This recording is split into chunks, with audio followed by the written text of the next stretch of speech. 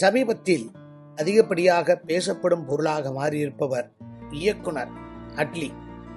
இவர் எடுத்த அனைத்து படங்களுமே மெகா ஹிட், சூப்பர் ஹிட் என்று சொல்லலாம். சுமார் 1000 கோடி அளவிற்கு இவர் எடுக்கும் படங்களுக்கு பிசினஸ் உள்ளதாம். விஜய் வைத்து 3 படங்கள் எடுத்தார். 3 படமும் மெகா ஹிட் ஆகிவிட்டது. இதைத் தொடர்ந்து ஷாருக்கானை வைத்து 1000 கோடி வசூலை ஈட்டி தந்த இயக்குனர் என்கின்ற பெருமை இவருக்கு ஏற்படுகிறது.